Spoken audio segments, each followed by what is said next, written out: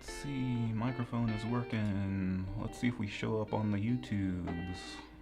Looks like we got a little bit of delay, but we're showing up. Hello, and welcome to another live stream, a weekly live stream. Today we're going to talk about evidence-based medicine and maybe some of the limits of trying to apply scientific studies to individual cases. And so it seems like there's this split between, let me turn my music off.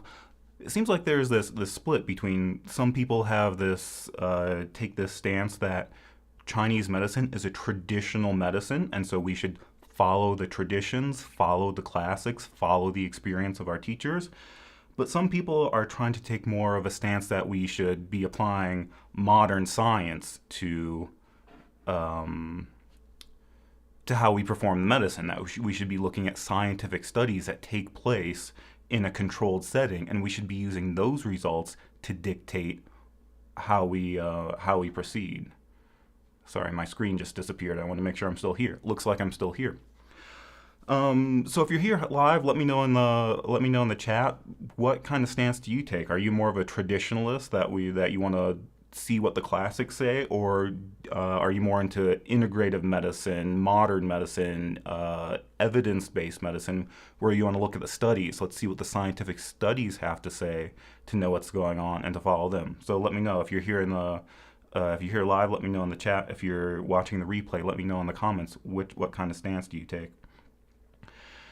And so really this is just going to be me ranting for half an hour or so, and so we'll do that and then do questions. So if you have questions, type in question in all caps and then type a question, we can get to that. But really this is just going to be me ranting for a while. I actually didn't prepare very much for this because I've been working on the formula review webinar that we're going to do tomorrow, actually. So let me see if I can make this work and I can show you. Screen share. Not that one.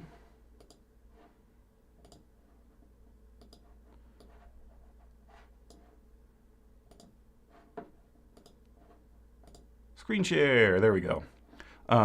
So we're going to do a live review of formulas. This is part 2. So we're going to start with formulas that dispel summer heat. That's like one formula, but really formulas that warm the interior. And we're going all the way through to, we got formulas that tonify, formulas that stabilize and bind, calm the spirit, reduce food stagnation. So this is going to be part 2 of a formula review, and we're just going through all the formulas that are on the NCCAOM list. And so that's been kind of working on that. And so that's why for this one we're just gonna rant a little bit about, because I'm an angry person. I'm very wood. I like to shout, and that's what we're gonna do. So Veronica is saying she loves the classics. Yeah, I think that's good. We need to. I think it's kind of unfortunate. I think that at least at the school I'm at, it seems like they're kind of starting to get rid of that kind of stuff. That we don't have a class on the Huangdi Neijing. Are you saying traditional is better? I mean, this is traditional Chinese medicine. I think that's a valid response. Yeah, Lily's saying, I'm into both. There's a place for the studies, but many of the studies being conducted don't take into account the Chinese medicine pattern diagnosis. And I think that's a good point, that when we look at some of these studies, we want to look at how are they doing it? Are they going about it in the same way? So that's kind of what we're going to talk about today. I was going to make some little slides that could pop up on the bottom of the screen. Again, I was real lazy this week, so I didn't do that. So you're just going to have to listen to me rant for half an hour, and it's my YouTube channel, so I get to do that.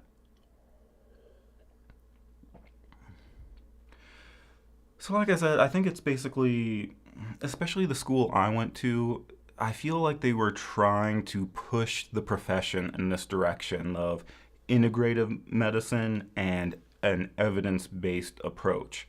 And I don't know, to some extent, I think that might just be like a marketing thing, that, let's be honest, acupuncture schools are a business. They're for-profit schools. They're there to make money. And in business, there's something called positioning, or your market position. basically you want to have a brand that stands out in some way, even if you against your competitors. So there's like the school that's known as the herb school. There's another school that they take pride that all of their professors are Chinese or trained in China. And I think the school I went to, their sort of brand or their positioning was, we want to be the leaders in integrative medicine and evidence-based medicine. And they were really pushing in that direction.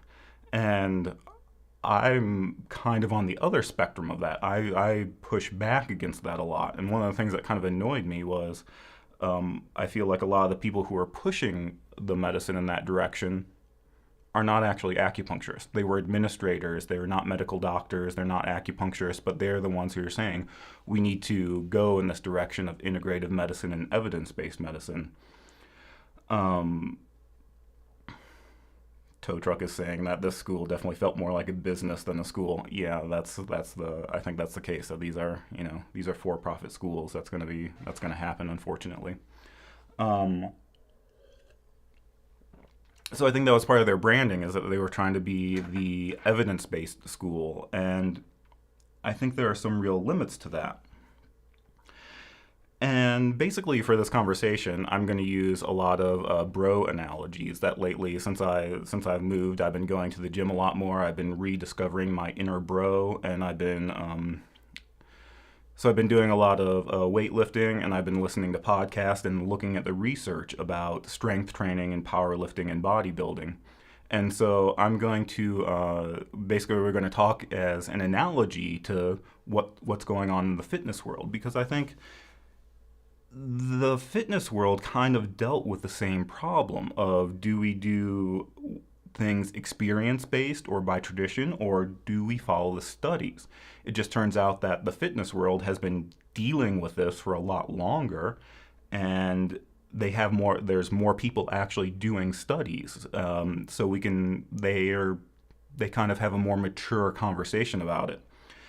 Because in bodybuilding and weightlifting, this same dichotomy kind of exists. We have something called bro science versus actual scientific studies. And when we say bro science, basically that means it's like, my bro at the gym did it this way, so you should do it that way. Or this is what people said have been doing for the last 20 years, so we just do it that way because it seemed to work for them. And so that's kind of more of an experienced or anecdotal based model. Whereas lately, more people have been doing controlled studies in a controlled environment and measuring results in a more scientific way. And so there's kind of this, which approach should we take? And it's kind of funny with the bro science. It's like a lot of that is just based off of experience. But it turns out that a lot of it, like some of it actually turned out to be true. Like for a long time, there was this thing about how much protein should you eat. And it turns out a lot of people would say, oh, you should eat 1 gram of protein for every pound of body weight. And I'm like, where did that come from? It turns out there was this really famous bodybuilder, and one day somebody asked him, how much protein do you eat? And he said, I eat 1 gram for every pound of body weight. And like for the next 20 years, that's what people did. And they just did it because this one famous bodybuilder said that that's what he does. But then when we get to the scientific studies, it turns out that's actually not a bad recommendation. That a lot of our studies are saying that 1.6 grams per kilogram is a good optimal range for most people, but you can safely go above that into the 1 gram per pound. So it turns out like that bro science actually turned out to be a decent recommendation. And so anyway, some of our limits of evidence-based medicine. I think one of the problems we run into, number one, is that when people look at scientific studies, they tend to misinterpret or over-extrapolate the results of those studies. And we have to ask ourselves, in what situations can we actually apply the results of these studies? So one example of this might be, for a long time, you still hear people saying this, people would say, you can only absorb 20 grams of protein per meal. So if you're eating more than 20 grams, it's being wasted. It's not worth it. Just eat 20 grams of protein per meal because that's all your body can absorb. Well, when you go and look at the study, that's actually not what the study says. The study is not talking about protein absorption. It's talking about muscle protein synthesis as a result of protein intake. So you say, okay, well, then the study says that 20 grams of protein is the maximum amount to max out that muscle protein synthesis. And you're like, no, if you read the study, that's not actually what it says. What it says is there's a linear relationship between protein intake and muscle protein synthesis up to 20 grams, and then it kind of levels off till about 40 grams. And so people say, okay, well then there's this limit of muscle protein, of protein intake versus muscle protein synthesis. But I think some of the things we should understand about this study is, number one, they were measuring acute levels of muscle protein synthesis after a workout. That is not the same thing as long-term muscle growth. And so we have to realize that there are some limits to this study and how we can apply it. What you also have to realize is when you look at that study, what they were doing is they had participants do a resistance workout and then immediately take a protein shake of whey protein. And if you know about protein, whey protein is a very fast digesting protein. It's very quickly absorbed by the body, especially if you're just eating whey protein and nothing else. And so we have to understand that in terms of the limits of the study, that we're dealing with this fast digesting protein. Does it work the same way if you eat a full meal, if you eat chicken and rice and broccoli with something with carbohydrates and fiber and something that's slowly digesting? Do we still have that same limit? We don't actually know. The study doesn't tell us that. The study only tells us about people who exercised and then drank a protein, slammed a protein shake right afterwards, and what were their levels of muscle protein synthesis.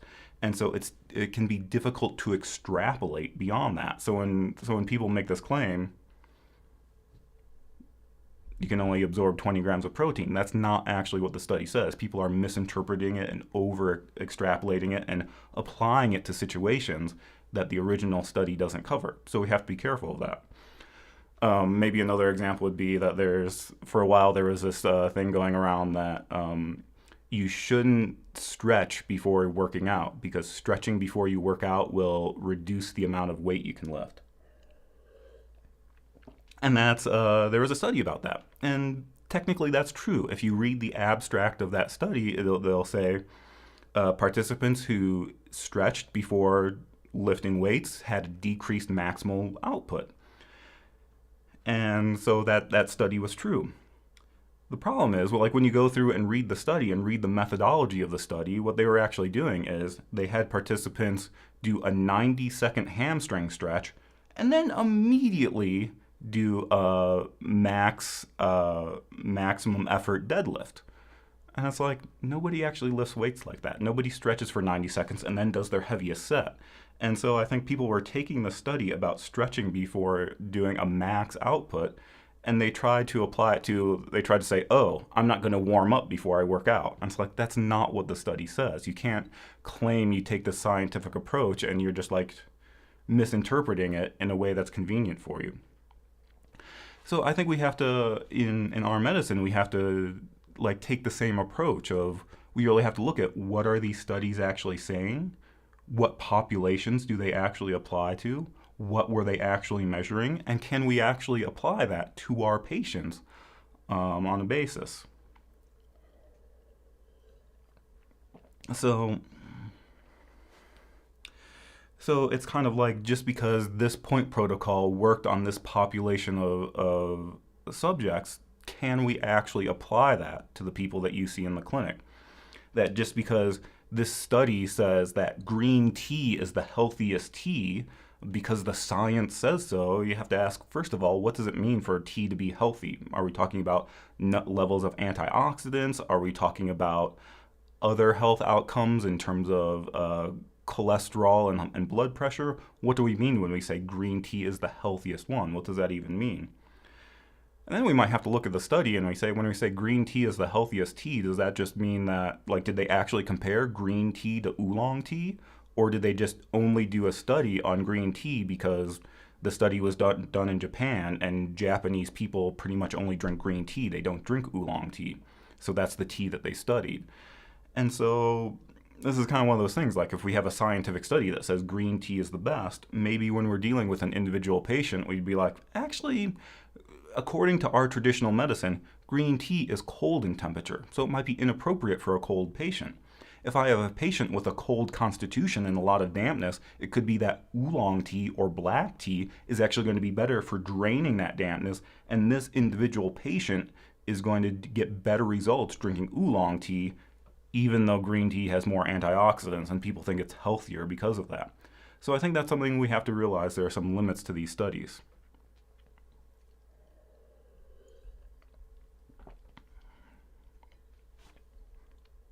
So that's number one, is I think people tend to over extrapolate or misinterpret or try to apply studies that don't originally match up with what the study was actually looking at.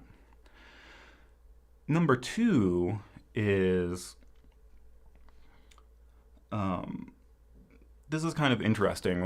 Reading some of this some of these fitness studies, is that a lot of the big names who are doing research in bodybuilding and powerlifting and strength training, people like Eric Helms, Brett Contreras, Alan Aragon, people like that, it's not only do they have PhDs and are doing studies in a clinical setting, they also have decades of experience competing or coaching or training in their field. So they have this balance of scientific studies and personal experience. And when you listen to these people talk about their research, they will even admit that there's a difference between these two. And they will even say that we can't look solely at scientific studies, that if you only look at scientific studies and neglect the anecdotal evidence, that's just as bad as only looking at anecdotal evidence and neglecting the studies.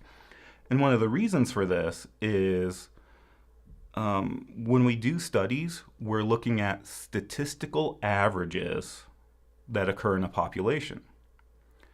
This is very different than dealing with an individual. So when you do a study, you get a group of people and you say, statistically, what kind of results do we get? So say we get a group of people, we put them on a certain strength training program, and after 8 weeks, we find that on average, like 70% of them gain 2 pounds of muscle. And so that's awesome. This is the results we got for 70% of our participants. The thing is, can we make the leap to say that this program was the optimal program, even for these individuals? Was this program the optimal program for everybody? Well, obviously not, because when you look at the results, there's a nice bell curve where most people gained 2 pounds of muscle, some people gained 5 pounds of muscle, some people lost muscle on the strength training program. And so you can see there's this great variability. And so the results of the study, we're always looking at this statistical average, but it could be that when you're dealing with an individual, you're not dealing with an average person. Maybe you're dealing with one of the outliers. And what do you do then? So that's where you have to fall back on the experience of somebody who's dealt with a lot of people. So it's like, what if you're a personal trainer and you apply this program and say, this program worked really well for 70% of the people, and then you get an individual and they're one of those outliers and they actually lose muscle on this training program. What do? You have to have something to fall back on. You have to have some way to tailor this to that individual, looking at the individual instead of a population in a scientific study. And so I think this definitely applies to us in our medicine, that even if we have studies that say 70% of people got these results, that, we had a cancer patient and we did stomach 36 Li10, 70% of people saw improvements in their white blood cell count. That's awesome. But does that apply to the individual patient that's in front of you? And should we just go blindly with what that scientific study says? Or should we trust in the classics? Should we trust in the experience of our teachers? Should we trust in our own experience treating patients? And to what extent do we need to balance those two things? So I guess that's number two, is that if you want to look at scientific studies, that's great, but understand that scientific studies deal with statistical averages in large populations. When you're treating a patient, you are dealing with an individual, and that individual might not fit into that mold of the scientific study. And so you might have to be creative and think outside of what happens in these scientific studies. And then I think sometimes the opposite thing happens. This is another thing that I was listening to a podcast, and some of these researchers brought up is that a lot of times there's this bias, and I think this happens especially with inexperienced people or people who don't have new coaches, new personal trainers, people who don't have a lot of experience treating a wide variety of people, that there seems to be this bias of people will say, well, this is what worked for me, therefore it should work for everybody. And that's not what happens. There are a lot of people who are like, oh, I started a keto diet and I lost a bunch of weight. I think everybody should do keto. And like, that's not how it works. Some people do better with fats. Some people do better with carbs. Some people are like, I became gluten-free and all of my health issues got better. I think everybody should be gluten-free. So every patient that walks through their door, they're like, you should be gluten-free. And you have to realize that just because it worked for you doesn't mean it's the solution for everybody. Where people are like, I had these headaches, I had these migraines, I used CBD oil, and now they recommend CBD oil to everybody who walks through their door. And it's like, just because it worked for you doesn't mean that it works for everybody. And this is something that we have to be aware of. And so it's like, as you get more experience treating a wider variety of people, you have to be able to tailor it to the individual. That maybe a low carb diet worked really well for me, but I have this individual in front of me that it didn't work. What other recommendations can I make? I have a person who can't sleep. When I couldn't sleep, I took magnesium and it worked really well for me, but I'm giving this patient magnesium and they're still not sleeping. What other, I have to adjust. I can't just double down on take more magnesium. You have to adjust to the individual needs of the patient. So I think that's another thing that goes in the opposite direction of you can't be too strict in applying personal anecdotal evidence to the patient. Oh, a lot of people, please complete the rest of the channel. Yeah, I'll get to that. I dug myself in a hole too, because that's like, I'm not sure if you mean the channel lectures or the point location videos. A lot of people have been asking me about point location videos as well. I'll get to that eventually. I'm focusing on herbs for right now, so I want to do some stuff with herbs and herbal formulas, and I'll eventually get back to it. It just turns out those videos take a long time to make, so.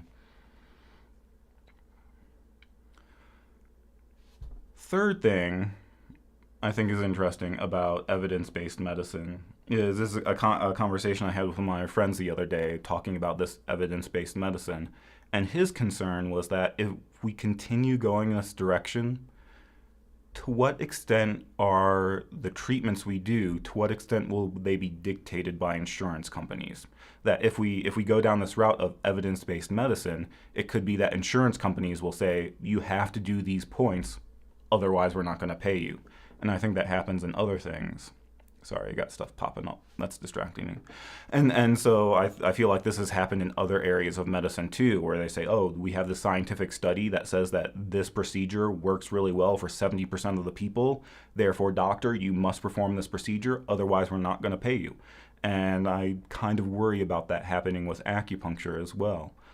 That what if the insurance companies start saying, we're going to base everything on these studies, and so you must do what the studies say, otherwise we won't reimburse you.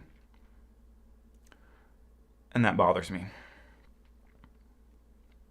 And so this is something that I can see the value of it, but I just wanted to rant about it because I see things, to me, things are going too far in the other direction. That I think even the school I went to, it's like this may or may not be true, but it seems to me like they're actually getting rid of some of the classes dealing with the classics and the traditions of the medicine in favor of evidence-based medicine. That we don't take classes on Huangdi Neijing, we don't take classes on the Nanjing. When I was in school, we took classes on the Shanghan Lun and Wenbing. I'm not sure that they still do that anymore, but they've introduced new classes about integrative medicine and evidence-based medicine and evidence-based approaches, and that just seems weird to me that we're dealing with traditional Chinese medicine. I feel like we should put emphasis on the tradition, that if we go too far in the direction of evidence-based medicine, we might be losing something. So let me know what you think about that in the comments. Am I just a cranky old man who's out of touch? That I hate science?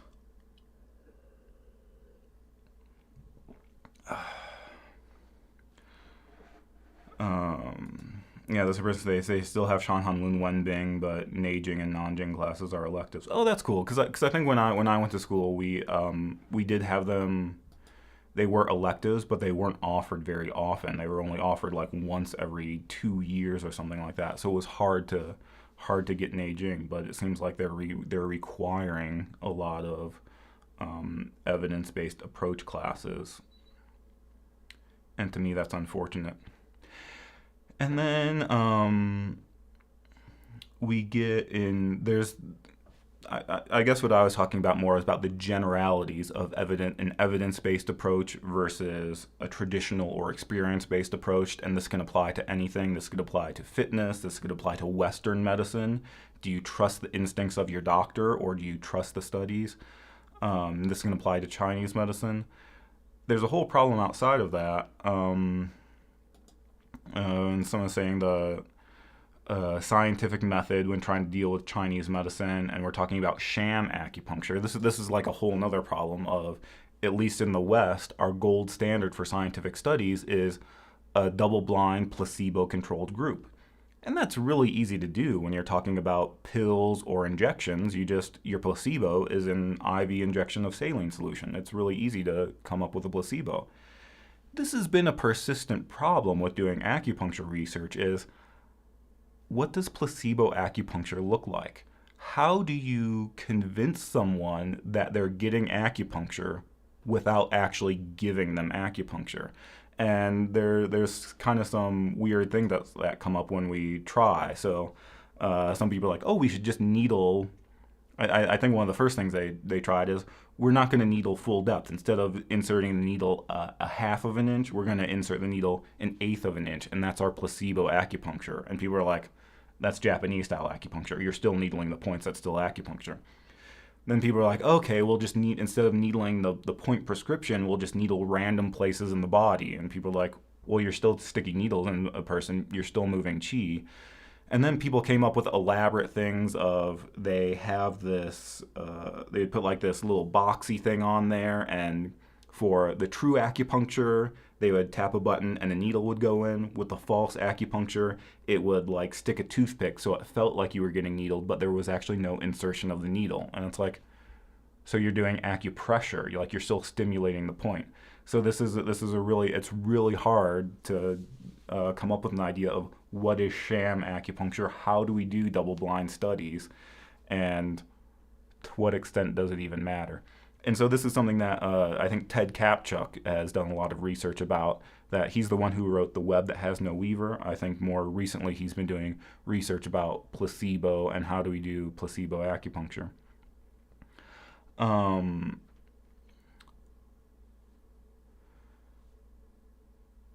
was going to say something else with that. Oh, and I guess the other part I was thinking about that is, like, to what extent does it matter? That to me, it's more about what results do you get with the patient. And so if their pain went away,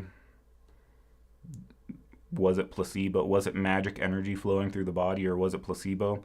At the end of the day, it's the patient's like, I was feeling really anxious and I couldn't poop, and I came to see you, and my anxiety went down, and I went home and pooped. So did I placebo him into pooping? I don't know. Does it matter? At the end of the day, the patient pooped. So it was worth $80 for them.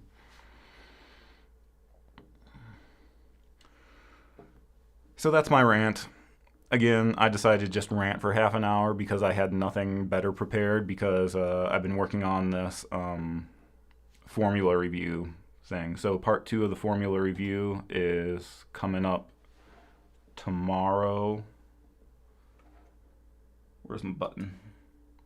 It's coming up tomorrow, and so this is what our notes are going to look like.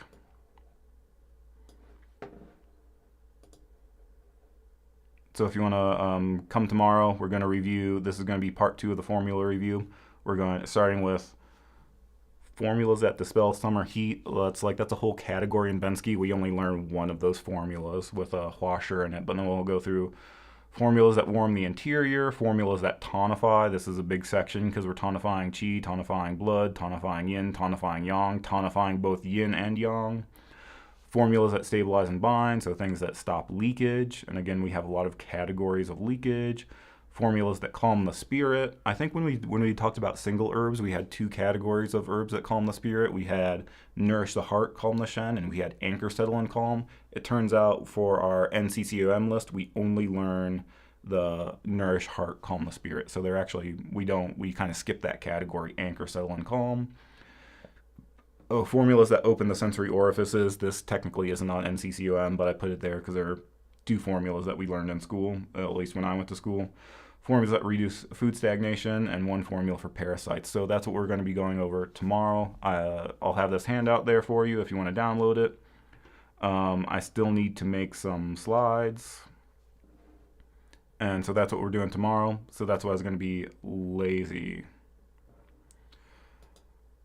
And gotta love those Patrick podcasts. Yeah, I still have another one. So if you want to listen to the podcast, oh, sorry, go away. You want to listen to the podcast? I did upload a new podcast this week with Patrick. We tend to get very inebriated, and we're also like both pretentious pricks. So it's I think it's a fun conversation.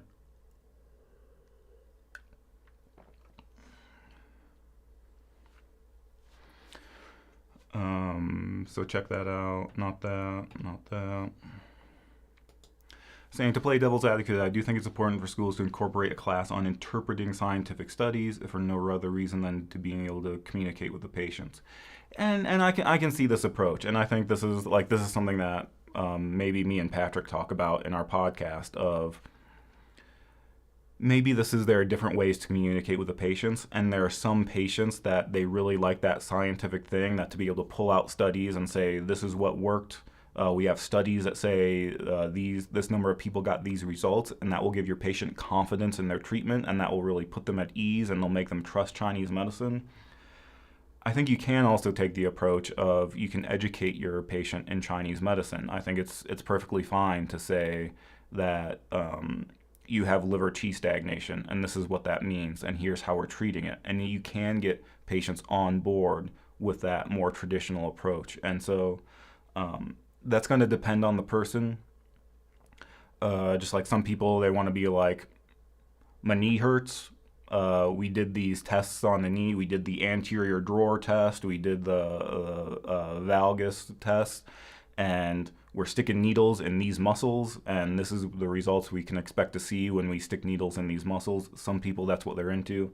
Some people are more into the woo-woo stuff. We're like, oh, you got too much energy going up to your head, so we stuck needles in the feet to bring that energy back down. Some people are really into that, but I think you can, if you're comfortable with it, you can bring people on board with the traditional aspects. I do think it's important for people to understand and know how to interpret scientific studies. I just think that more often it becomes this problem where it's like a Dunningkruger effect, where people think they know what they're talking about because they have the scientific study, when really they're not actually scientifically literate enough to understand what this study was saying.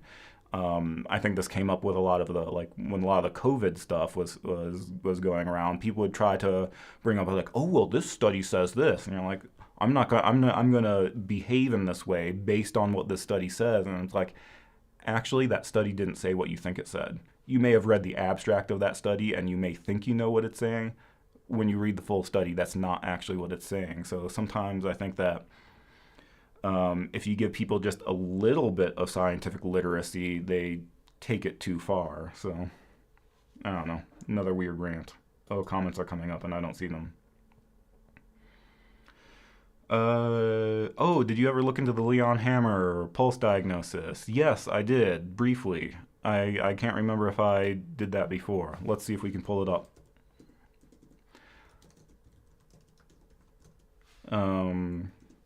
Because this is one of those things, I remember looking at it and I remember thinking things in my head, and I'm not sure if I actually said them out loud. Okay, that's a research paper. There was one specific website that I thought was good, and that kind of went over it. Contemporary pulse diagnosis. That's a bio. We don't want that. Contemporary pulse.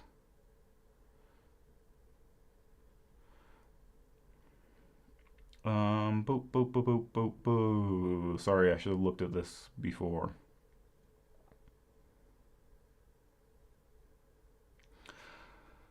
Boop boop doo. So this is kind of what I was looking at. We have this, Leon Hammer has a system called Contemporary Chinese Pulse Diagnosis, a modern interpretation of an ancient traditional method. And so I think this is kind of interesting. There are a few things that are weird to me. One, when he says Contemporary Chinese Pulse Diagnosis, other places when you look at it's Contemporary Chinese Pulse Diagnosis TM, like a registered trademark. And that always kind of throws me off when we're talking about traditional things and somebody trademarked it. That initially sets off some red flags about this, like, is this a valid system or is this just a person trying to make money? I don't really know, but that always seems kind of weird. Like when I was in college, I did a martial art called Kuksul Wan, and it was Kuksul Wan registered trademark. Like they trademarked the name. I'm like, is this really like a traditional martial art if you trademark the name? Then the other thing, I'm not sure if it's in this one. It goes into a lot about how the classics influenced this system of pulse diagnosis, and I think that's kind of weird. That like you're calling it contemporary pulse diagnosis, but it's based on the classics. It's like why not just call why? How is it different from classical diagnosis if it's based on? I guess I'm saying like you can't be traditional and modern at the same time. It's one or the other, and to me this looks more traditional. And then it's interesting. We say a three-depth system of pulse diagnosis.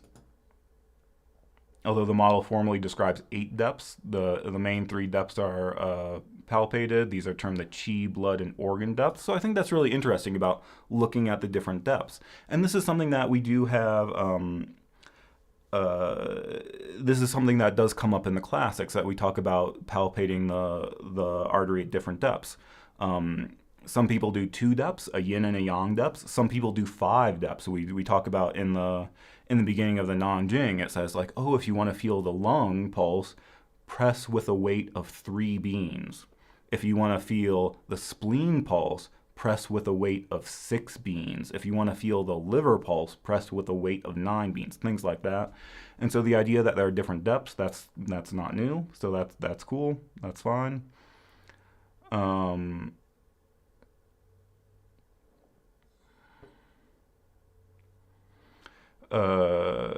Su Wen describes pulse positions of being anatomically representation of the body. That's kind of true, but it's not always true about upper jiao, middle jiao, lower jiao.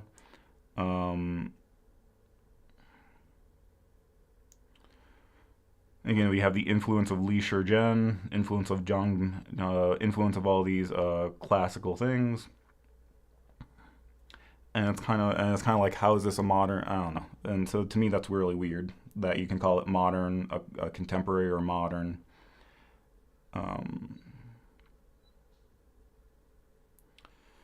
There was something else here. Here we talk about the depths. Yeah, this is what I was looking at. This is interesting. Where like it not only talks about the depths, then it goes on to talk about the pulse qualities. They say, in an attempt to eliminate the metaphoric ambiguity of classical literature. And so I think this is a very interesting approach. This is talk about volume, depth, width, and length. This is something that if you read Bob Flaws, he says the same thing when he talks about the secrets of Chinese pulse diagnosis, that orange book. It's on my shelf over there. I can't show you, but it's that orange book that we use in school, Secrets of Chinese Pulse Diagnosis. He talks about essentially the same thing, and that's when I had that video about RDSQ, rate, depth, strength, and quality, that actually came from Bob Flaws, that we can ask ourselves, what is the rate? Is it fast or is it slow? What is the depth? Is it superficial or is it deep? What is the strength? Is it strong and forceful or weak and forceless? What's the quality, as in what's the width of the vessel? Is it large or is it thin? How is it flowing through that? And so you'll see that this is kind of the same. Volume, you can say the strength, either robust volume or reduced volume. That's the same thing as saying what's the strength of the pulse. Depth, is it superficial or is it deep? Is it fumai, the floating pulse, or is it the deep pulse? Width, this is a thing, when I talk about quality, that's one of the things. Think about what's the width of the vessel. Is it large in diameter, a dami, or is it thin in diameter, a shami? The shape, is it fluid or non-fluid? Here we're talking about like, we could say, is the vessel soft and squishy, or does it have a hard edge like a wiry pulse? Is it, how's the blood flowing through it? Is it slippery? So I feel like these, I don't know.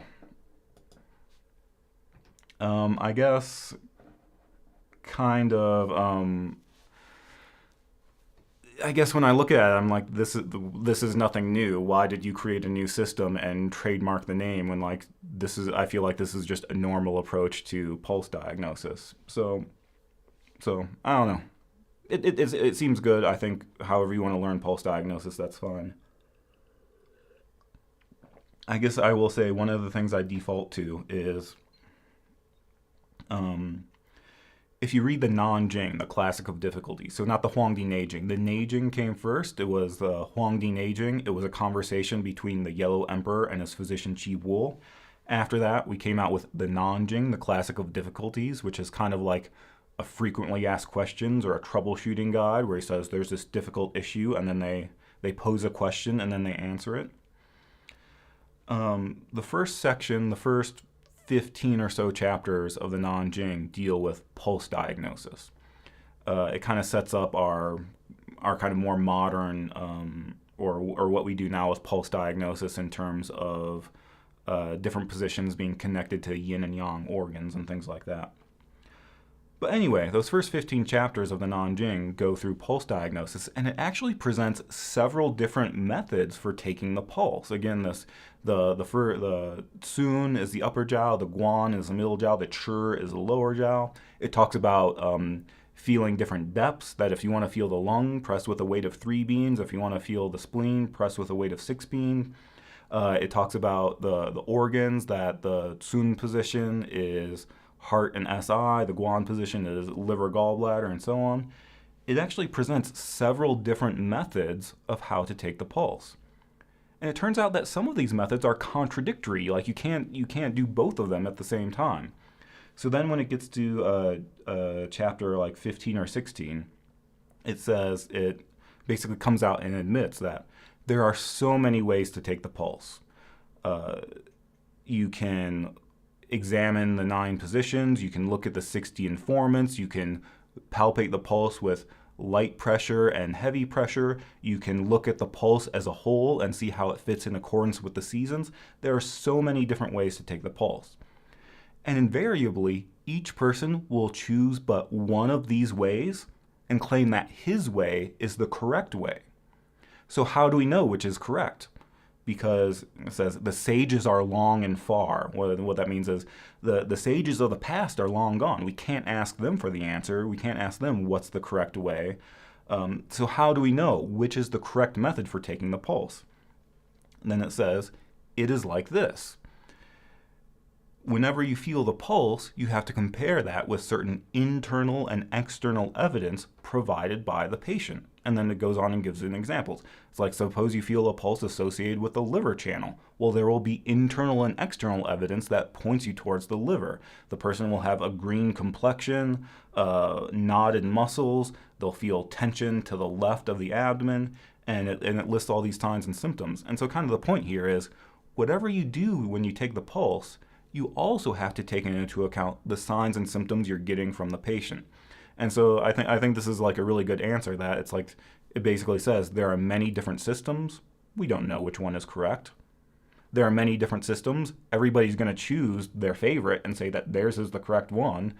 But there are many different systems. We can use any one of them as long as we're confirming our diagnosis with the evidence provided by the patient in terms of observing the patient, listening to their voice, palpating the various different areas, as well as listening to what they have to say in terms of their symptoms they present with. So maybe that was a very long-winded answer, but basically I think take an approach that works for you. If you want to do that, if you want to do pulse diagnosis, take an approach that works for you. They're all pretty valid. but then make sure that you confirm it with the evidence of the patient. And so basically, this conversation about what's the best method of pulse diagnosis, this conversation has been going on for 2,000 years. So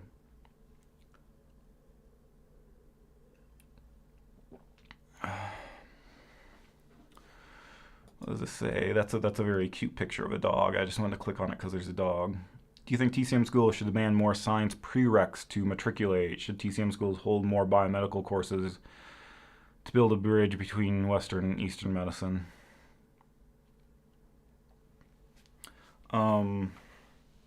This is going to be kind of snooty, but I do think it's okay for schools of traditional Chinese medicine to have entrance requirements and to require more prerequisites. I think that's a good thing. I think that's going to raise the level of our profession. I think if anything, it's gone the other way around, just because, like we said, schools are kind of like businesses. They want as many students going through as possible, because to them, they're not really students, they're more like customers. And so they want as many students going through so that they can charge them money.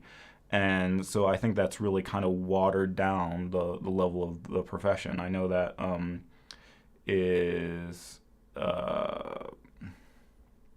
that's kind of a snooty thing to say. It's kind of an elitist thing to say. But like I said, I'm kind of elitist and pretentious. So I do think it's okay to, I think more requirements to get into school is a good thing. And I think that actually helps people in school. That a lot of people, when they first start school, they're overwhelmed by the academic portion of it. And I think you can kind of see a difference between when you have people who came in from the massage program, they have very good palpatory skills, they have very good people skills, they're very good at locating the points, finding the channels, and things like that. But what I've seen is they tend to have more trouble with the academic rigor of the medicine, that studying and reading their books is more difficult for them. Where when you have people who come in with a bachelor's degree or a master's degree in some other subject, they're perfectly fine with handling the academic rigor. If anything, they have a little bit more trouble with the palpation. But kind of the people who talk about, like, oh, there's a lot to memorize, I can't handle the load, it's usually people who come in with more prerequisites tend to not, I think, don't have those problems quite so much. That just made me sound like a real jerk, but sorry. There was a part 2 of that question, and I can't remember what it was. Building a bridge between Western and Eastern medicine. And I think that's one of the problems with integrative medicine. I think we don't need to. And I think this becomes a problem because sometimes I have this conversation with people about integrative medicine, and is that a good thing? And I think it depends on what is your definition of integrative medicine. Is it something like in China where Eastern doctors and Western doctors are working together? You can get an X-ray and take some antibiotics and then go to an acupuncturist and get acupuncture and herbs, and those two things exist in the same building. I think that's awesome. I think the patient should have access to integrative medicine. The problem is some people interpret integrative medicine as they're trying to bring Western science and use that as part of their tools when treating a patient, when that's not really in their scope of practice. And so that's something I have more of a problem with, when people are like, when an acupuncturist says, I'm going to order blood panels and use that as part of my diagnosis. This person has high blood pressure, therefore I'm going to diagnose him with liver yang rising. Or this person has high cholesterol, therefore I'm going to diagnose them with dampness and phlegm, and I'm going to give them xiangxia liu junzitong. Or I ordered thyroid levels on this patient, and they have low levels of T3 and T4. Well, hypothyroidism is the same as kidney yang deficiency. I'm going to give them Shen Qi. I think that type of integration, that type of bridging, we should not do. That if you're going to do traditional Chinese medicine, you should stick to the scope of practice of traditional Chinese medicine. That's it. So it's like the patient can take an integrative approach by seeing different people. The practitioner, I think, should not take an integrative approach when it comes to their diagnosis and treatment. And so I've seen this come up with people who are like, oh, this person has a UTI. I ordered a culture. The culture came back and says it's a bacterial infection.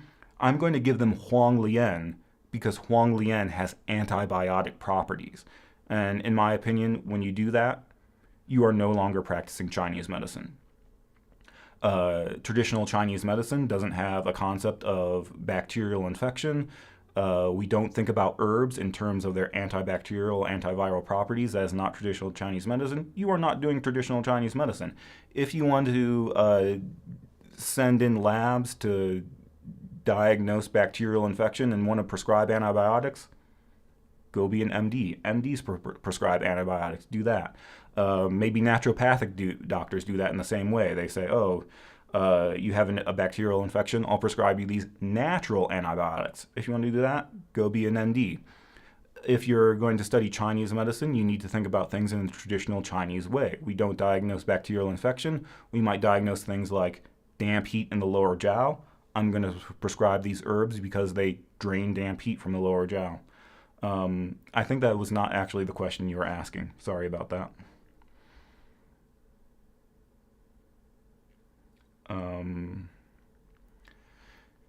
And to me, when we talk about bridging the gap between Eastern and Western, that's kind of, to me, I think of that as like a smoke and mirrors sort of thing, that it's something you can do to make the patient feel more comfortable with the treatment.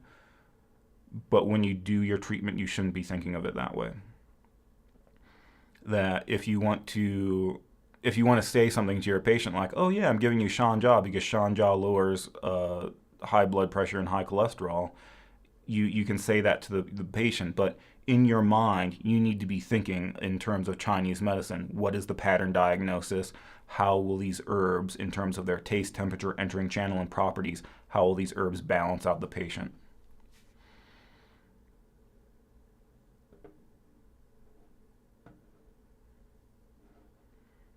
What about what about what about dietary supplements? Possibly. I'm not. I would assume that's in our scope of practice, just because I'm not sure that supplements technically fall into any scope of practice. This might depend on what thing you're in. The only thing I would say is this is another thing where I think the Dunningkruger effect comes into play, where sometimes people think that because they have an education in Chinese medicine, they think they know about supplements, when it's like, are you actually qualified, or are you just pretending? And so I've seen that happen when, like, I've even seen patients come in with, like, they have a cold, and then the practitioner will say, like, oh, you should take a lot of vitamin C, you should take Emergen-C. And it's like, what are you basing that on? Do you have scientific studies to back that up? We didn't learn about vitamin C in school. If a patient is coming to a traditional Chinese medicine practitioner, maybe you should give them herbs that release the exterior rather than telling them to go take a bunch of vitamin C, because I'm not sure we actually have scientific studies to back that up.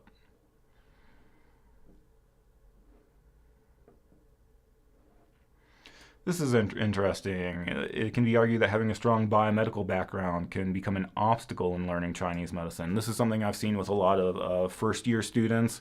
They'll email me and they say, or when I was in school or when we were not in school, and people would email me that sometimes people who have a background as a nurse or have a background in some sort of Western medical field, it's actually more difficult for them to learn Chinese medicine, because they try to make these connections that aren't there. They try to say that anemia is the same as blood deficiency, and if you try to think that way, you're going to have a hard time.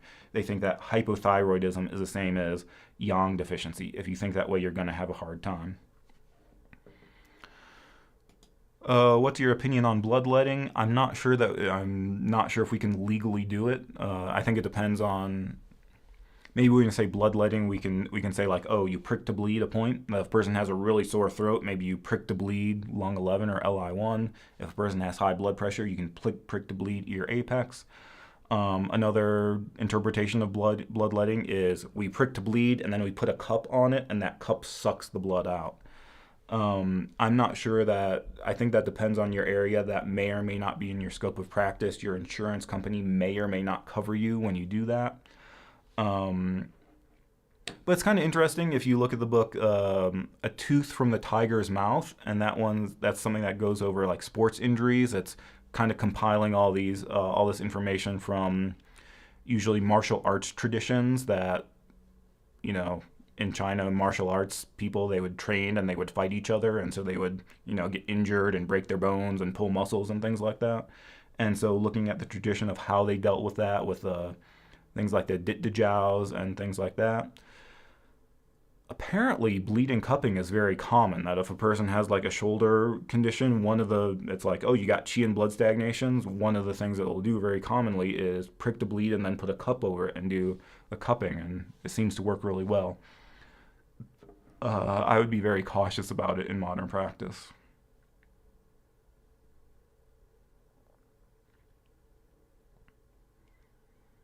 Um,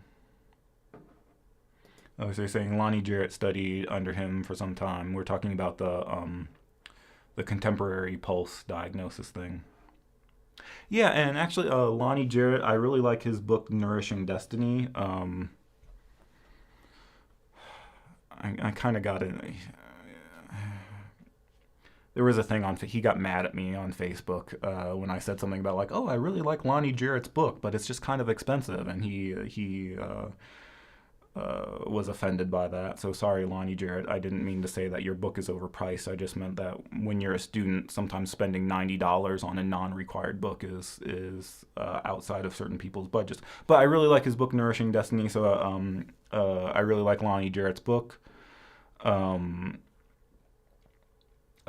I think that if you wanna study that system of pulse diagnosis, it sounds like a good thing. It sounds like it's trying to do a way to break it down, because I feel like, at least when I was in school, I feel like our method of teaching pulse diagnosis was not very good. I think it was inadequate. I think it was not broken down in a way that's easy for Westerners to understand. So I think if you have this systematic approach of whether you call it rate, depth, strength, quality, or whether you call it volume, length, or whatever else he said, I think that's good. And I think that sometimes learning something in a system can really help you. That like 5-element acupuncture, J.R. Worsley 5-element acupuncture has their own system of taking the pulse using pluses and minuses and things like that. So I think that if you have that system and you're able to practice following that system, that can make you very good at taking the pulse. So I would say anytime that if you have a opportunity to do that, I would go for it.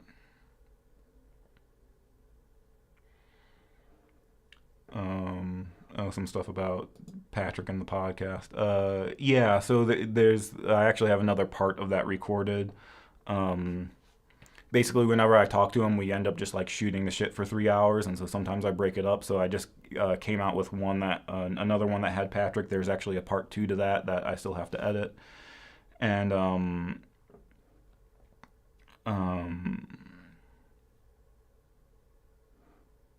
so we are gonna do more on that. There is a part 2 to that one.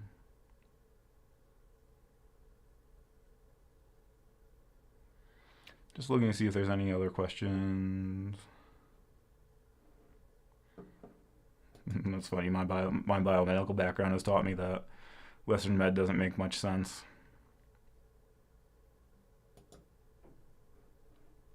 I think that's kind of funny.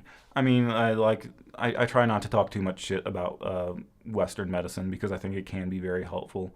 It's like my mother had leukemia, and it's like Western medicine kept her alive for years, and so I'm not going to be like, oh, well, if she had just taken herbs, she would have been fine. It's like, no, it was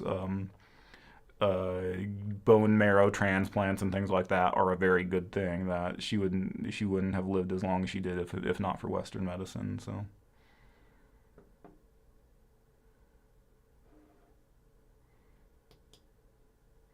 My school has pulse diagnosis for 7 of the 10 semesters. Oh, that's good. Because I feel like when I was in school, we had like an intro class where we talked about how, like, physically how to take the pulse, and then we had part of our fundamentals class was going over the 28 pulse images. But I feel like a lot of people, when they were in clinic, I would say, what do you want to work on? The number one thing people always said is pulse diagnosis. I feel like when I was in school, people did not have a strong grasp of pulse diagnosis. I feel like a lot of our teachers did not have a strong grasp of pulse diagnosis. So.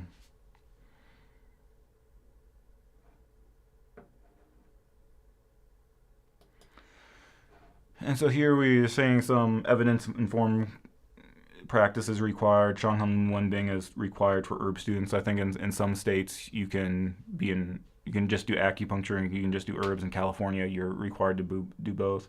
That's good. Neijing and Nanjing are electives. I feel like that was hard to come by. Thoughts on Chinese language class? I think that would be good. That for me, that was another elective of medical Chinese. And I guess to some extent we can say that this kind of applies to the classics too, of like, do we really need an extra class? And so when I was a student, I talked to the dean and said, why isn't there a Neijing class? And he said, well, theoretically, when you're in your fundamentals classes, when certain things come up, you should be talking about it in the context of the Neijing. And I know that he did that in his classes, that when he talked about dampness, he incorporated quotes from the Neijing about dampness. When we talked about the 7 emotions, you could put in things from the Neijing and Nanjing about the 7 emotions. So you were essentially learning Neijing and Nanjing, but in the context of a fundamentals class. I feel like we should be able to do the same thing with language, that when you take an herbs class, you can talk about, these are the Chinese terms that come up a lot. These are the colors, these are the flavors, these are the plant parts, and so you can talk about that when you talk about the names of herbs, or you can talk about that when you talk about your fundamentals. So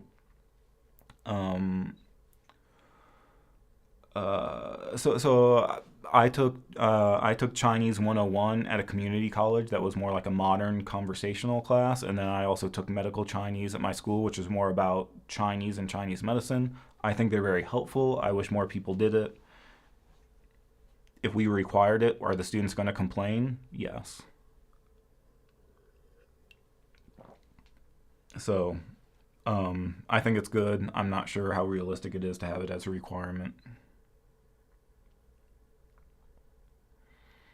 And I think that if you wanted to do it, it would be very useful. And I get a lot of another thing. A lot of people email me. I ask people, what's your biggest difficulty learning Chinese herbology? And they're like, the fact that it's in Chinese. And so I've been trying to incorporate more of that into my herb videos and stuff, about talking about the translations of the herbs and how we can use how learning the Chinese can help you remember the herbs. I think there's nothing else. We might just leave it there. I'm not sure this was helpful. I think that was just me ranting for an hour. That's why I like doing podcasts with Patrick, because we can drunkenly rant back and forth. Here I'm just non-drunkenly ranting by myself.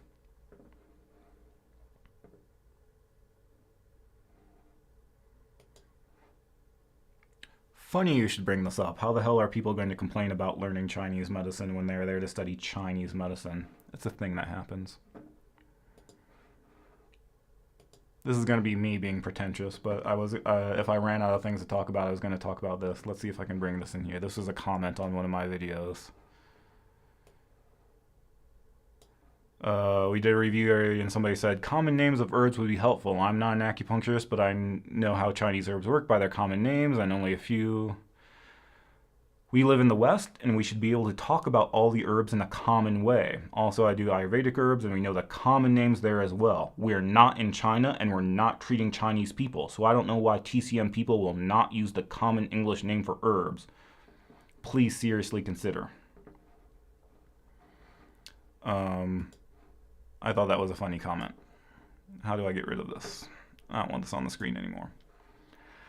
I thought that was a funny comment because actually this is the second comment that this person wrote. The first one they wrote was actually much more aggressive. That if you go to the Dway Yao video, I think they have a comment where uh, basically saying I'm a bad person because I only use Chinese names of herbs and I should use the common names, and talking about Chinese medicine using Chinese terminology. This person accused me that was ethnocentric, which I thought was kind of funny. That the person saying that we needed to talk about Chinese herbology in Western terms, that person was accusing me of being ethnocentric. So I thought it was kind of funny.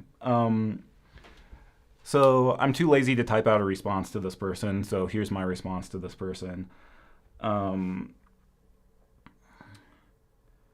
First of all, I might have to put this as a disclaimer on the beginning of videos, but the videos on my channel are intended for students of traditional Chinese medicine who are currently studying at an accredited school, and these videos are meant as review for those students. If you're not currently a student, if you're not studying at an accredited school of traditional Chinese medicine, if you're not currently in a program where you're trying to get your master's of science in Chinese medicine or a doctor of acupuncture in Chinese medicine, then these videos are not for you. So just go watch other videos. I think the way we explain things in these videos are there's kind of some understanding that you have a background in the fundamentals of Chinese medicine. Things about yin and yang, the 5 phases, the functions of the organs, the pathways of the 12 meridians. It's kind of understood that you have a background of this because we talk about Chinese herbs in terms of those things. If you don't have that foundation, my opinion is you should not be using Chinese herbs, or at least you should not be using them in the way that I talk about in these videos. That you need to have that understanding in order to use these herbs effectively. If you don't have that foundation, you have the potential to harm people. Secondly, it's like, yeah, this is Chinese medicine. We talk about it. We use Chinese. And so I think maybe sometimes people on the internet or sometimes people on YouTube don't realize that studying Chinese herbology, this is not a hobby. This is not something that people do as a side project. Chinese herbology is a profession. And in our profession, it's very standard to talk about Chinese herbs using their Chinese names. That's the professional standard. And I think that kind of every area of study has its own language. That when you become a yoga teacher, you learn the names of the asana in Sanskrit. If you do martial arts, usually you learn the names of the strikes and the forms in that language. So when I studied a Korean martial art, we counted in Korean. When we did our kicks, we did hana, dul, set, net, daset, yaset, things like that. When we learn the strikes and the forms, we name them in Korean. If you study music, you probably need to learn some Italian, things like allegro and adagio and things like that. You need to know the meaning of those terms in the language. If you study cooking, you might need to know some French, that what mirepoix and mise en place means. You're going to use these terms in another language. Even if you study Western medicine, they have their own language that you can't be like, why do you say clavicle instead of collarbone? Why do you say scapula instead of shoulder blade? It's like, that's the language of Western medicine. And so if you're going to study something, you should be comfortable knowing the language of that field. I think that's all I had to say about that. And somebody else typed out a response to that, so.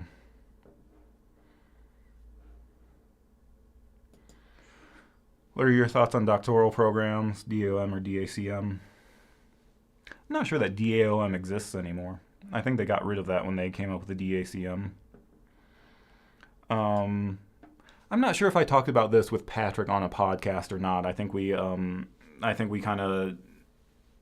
I remember asking him because he started the DAOM program. That was back when DAOM was an extra 2 years. You went to school for 4 years to get your master's, then you went for an extra 2 years to get your DAOM. I remember asking him about this. I don't remember if I actually put it in the podcast.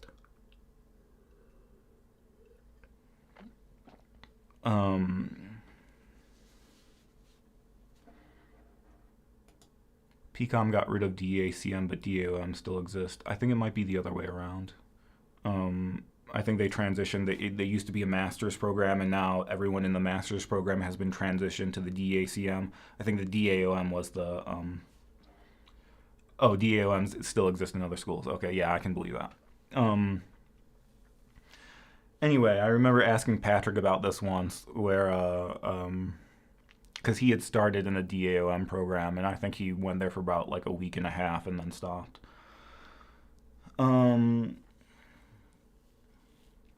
I never did it. I don't think it's necessary. Oh, I do remember asking, there was a teacher I really liked, and he was a dean at the time, and so I remember asking him what he thought about the DAOM program, because he had done it. They were kind of forcing all the teachers to do it. And his response was kind of like, you get out of it what you put into it. So if you're like really excited and really motivated about it, then you can get something out of it. Otherwise, it's just going to like, it might just seem like a bunch of busy work. DOM, what I heard of the DOM, I was not, at least the stuff that I heard from students, I was not impressed with. Like I'd talk to people and be like, oh, what did you discuss this time? It's like, oh, we talked about the Wong Ching Ren formulas. It's like, didn't you discuss that? We talked about that in Herbs 5. Like we learned that in school already. Like, did you learn anything new? It's like, no, it was basically a review of what we learned in the master's program. So I feel like there were a lot of things like that where it seemed like you're not actually learning a whole lot new, but maybe it depends on what your background in the medicine is. When you talk about the DACM, now it's a transitional program, and I think a lot of that, from my understanding, a lot of that is not actually learning more Chinese medicine. It's, again, we have to learn all those classes about evidence-based medicine and medical report writing. It's more classes like that. You're not actually learning more Chinese medicine. You're learning more integrative medicine. I'm not sure if that's true. That's what I've heard. Basically, my opinion on this is people get their doctorate because they want a title. Most of the people I know who did that transitional DACM or went for the 2-year DAOM, they were just doing it because they wanted the title doctor. And my opinion is, in the real world, nobody cares what you call yourself. If you treat patients, if they get better, they will come back and they will tell their friends. It doesn't matter what you call yourself. If people don't get better, they don't come back. Doesn't matter if you call yourself a doctor or not. So I think some people do it because they want the title doctor. They want to be able to put doctor on their business card. In my experience, nobody cares. And that's the thing with it. Like when I asked this Patrick, when he did the DACM, he used to work in a hospital, and he said that I don't know. That's an important story. Basically, he asked them if, does having the title doctor matter? Would hospitals take him more seriously if he had the title doctor, if he went and got this doctorate degree? And the MD was like, no. I mean, like, chiropractors call themselves doctors. Do you think we take chiropractors seriously? If you come in with a title of doctor that's a bunch of weird letters, then we're not going to take it seriously. So I'm not sure that it matters that much. If you get results, people come back. If you don't get results, people won't come back. In Kentucky, I know that Patrick and Karen have a lot of medical doctors refer to them, that they refer their patients to this acupuncture clinic. It's not because they have doctorates. It's not because Karen and Patrick have doctorates, because they don't. It's not because they do a bunch of medical report writing and send medical reports to the doctors. They don't do that.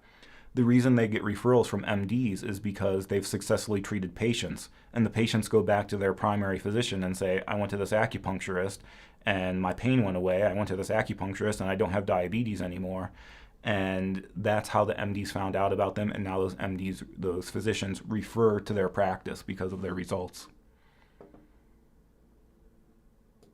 Oh yeah, this is the windstroke question. Yeah, those are good questions to ask. Here we're talking about on the we can plug that real quick, this community website. So if you join the Patreon, I made a community website. So basically, this is what it looks like. It's innercircle.tcmstudy.net. People who have joined the Patreon will have access to this, and basically, it's like a private Facebook group, but it's not Facebook. And so this is a way that people can ask questions. So like, yeah, we have a question about wind stroke. And sorry I was a little late in answer. I think you asked the question, and it took me like 3 or 4 days to come up with a response because I was doing other stuff, but it turned into this interesting conversation about formulas for wind stroke. Speaking of Wang Qing Ren formulas, we talk about one of the Wang Qing Ren formulas for wind stroke. So that's something that if you want to join the Patreon, you get access to that. You can ask questions and I'll answer them. Before, people were asking me about tutoring. I decided I don't like tutoring. So if you're like, I want tutoring, then just join the Patreon, go to that website. And if you have specific questions, you can ask those questions and I'll answer them on that rather than doing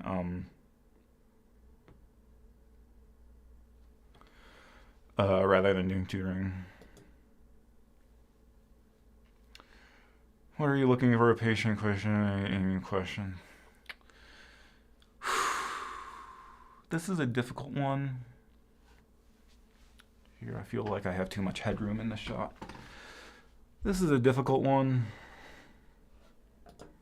How do you go about a patient consultation? This is a difficult one, and I know this is a difficult one for students who are just starting out in the clinic, that a lot of times in the clinic they'll get a patient come in, they'll go through their old carts, onset, location, duration, characteristics, aggravates, alleviates, related symptoms, treatments, significance or severity. They'll go through the history of the chief complaint, and then they'll go through the 10 questions. How's your sleep? How's your digestion? What's your body temperature? Do you sweat? How are your periods? How are your bowel movements?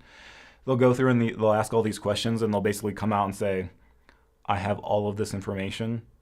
I have no idea what to do with it. And that's a very common thing for when students first start out in the clinic and when you first start seeing patients. And then when we add on top of that we're not just, sorry, am I overloading the microphone? That we're not just trying to get patient information, we're also trying to establish a relationship with the patient. We're trying to establish rapport. And so we have to kind of balance that out of establishing rapport with the patient and getting the pertinent medical information that we need. So there's some balance there. And I think this is something that you just get used to after a while. For me personally, I feel like a lot of my diagnosis comes from observation. That I look at the patient, look at their complexion, look at their constitution, look at how their body looks, listen to the sound of their voice, kind of observe their shen, and a lot of my diagnosis actually comes from that, and then I'm asking questions to narrow down that diagnosis. So it's kind of like some people just come in looking like they need gui pitong. That people come in and it's like you just look blood deficient. Your hair looks kind of dry and lusterless. Your skin looks pale and dry. This person just looks like they have blood deficiency, and then they tell me their chief complaint is insomnia. Things like that. Or sometimes people just come in and they look like they have liver qi stagnation, or they look like they have liver yang rising. So sometimes a patient comes in and they're very shouty, they're very angry, they have a lot of tight muscles. I'm saying like there's something going on in the liver. I'm going to ask them questions to be like, is this liver qi stagnation? Is it liver yin deficiency? Is it liver yang rising? When I'm taking the pulse, I already know I'd want to do something with the liver channel, but I'm taking the pulse because I want to know to what extent is it heat versus cold, things like that. So it's kind of like just looking at the patient, I already have an idea, and then I ask questions to kind of narrow that down. But that's something that comes with a lot of experience. So before that, I would just go systematically through your history of presenting illness, go through your 10 questions, and then try to break it down in terms of the patient's chief complaint. Like, what's this information telling you in regards to the patient's chief complaint? I'm not sure if that's very helpful.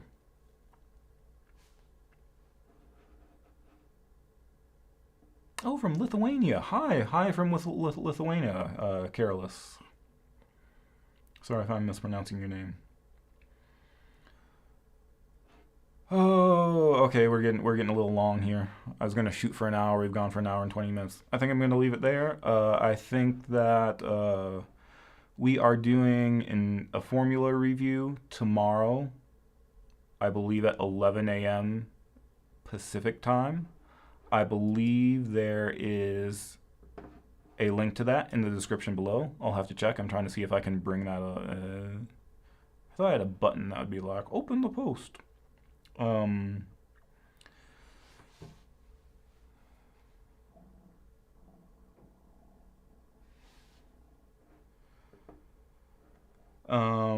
Aurora, Patrick's daughter is named Aurora. I like that name, Aurora.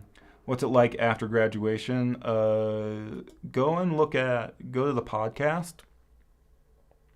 And in the podcast, I talk to a lot of practitioners about what it's like after graduation.